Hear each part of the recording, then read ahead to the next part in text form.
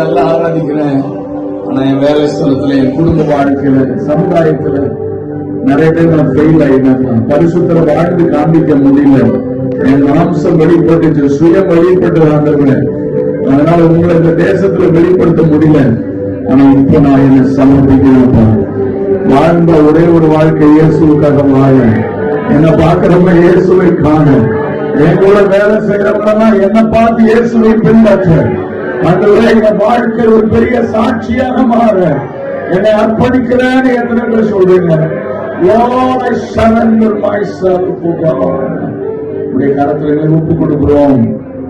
எங்களையும் எங்கள் துதிபலிகளையும் ஏற்றுக்கொள்வோம்.